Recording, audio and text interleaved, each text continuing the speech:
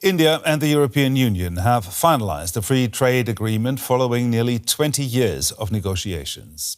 The EU's top leaders, Commission President Ursula von der Leyen and Council President Antonio Costa, have sealed the landmark deal in New Delhi, which will create a market of 2 billion people. It represents a quarter of global GDP and a third of global trade. The two sides hope the pact will help shield their economies against an onslaught of US tariffs and Chinese export controls. We now have the sign. Here's what India's Prime Minister Narendra Modi had to say ahead of the signing ceremony. People around the world are calling it the mother of all deals. This agreement brings huge opportunities for India's 1.4 billion people and for millions of people across European countries. Now let's dig a bit deeper into this with DW's Shalu Yadav. Shalu, you were just at the signing ceremony there in Hyderabad House. What was the atmosphere like? Well, Gerhard, there was great synergy in the room, and that's what I was making my notes about for a change, really. Even before the three top guns arrived in the room, Ursula, Antonio and Mr. Modi, we could see the delegates who came in before them. They were very pally with each other. There was a sense of familiarity between them, that we don't see very often. And I think that's thanks to a lot of, the round of negotiations that have gone, especially over the last, 1 year, to make this really happen.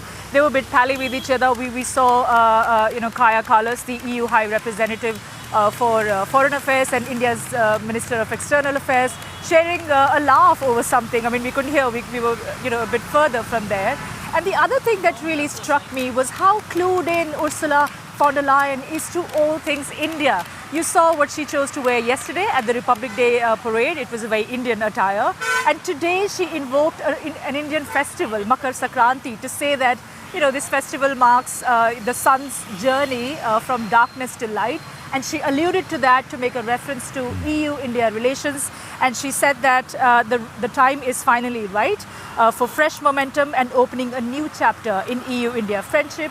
And last but not the least, Mr. Modi invoked Mr. Costa's Indian heritage and told us that he is known as Lisbon's Mahatma Gandhi, which was a bit of news to us. But we do know that Costa is an overseas, citizen of India. He's got Indian roots, and that might have helped the negotiations.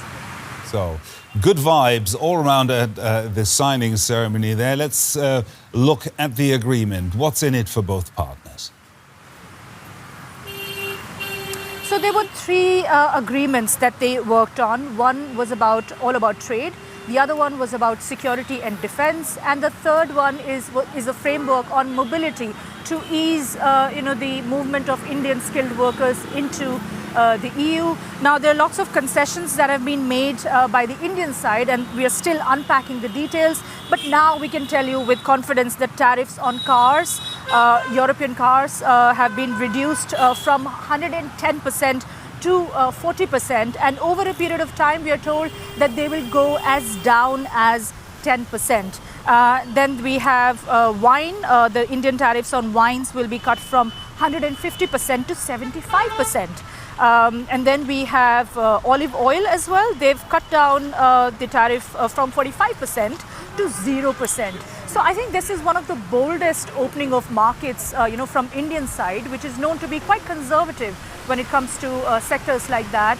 And for Europe, of course, it's going to get this access to one of the biggest markets in the world. We're one of the fastest growing major economies. So really a win-win on trade for both sides. Well, you touched upon this. There was also a defense and security partnership announced. What can you tell us about that? Well, the defense and security partnership covers three aspects. One is their joint working on counter-terrorism going forward. There's maritime and there's cyber security. Ursula also announced that there are going to be joint naval exercises between the two sides. And mind you, Gerhard, this has come despite India's neutral stance on Russia. And that's something that the two sides have not been able to see eye to eye on over the last 1 year. But I think Europe has realized that they need to put certain things aside to be able to move forward, because this deal is pretty big given what's happening in the global world order, and they both realize that they need to bring some sort of stability to it.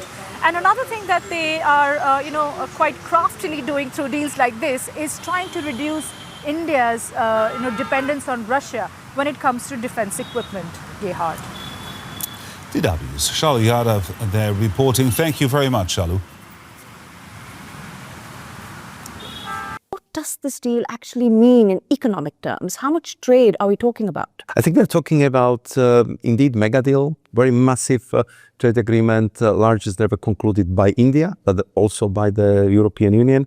So the level of trade represents these days 180 billion euros annually, and we expect that within 5-6 years we can double the numbers. There have been many sticking issues. Agriculture has been a red line for Indians and for you in many ways.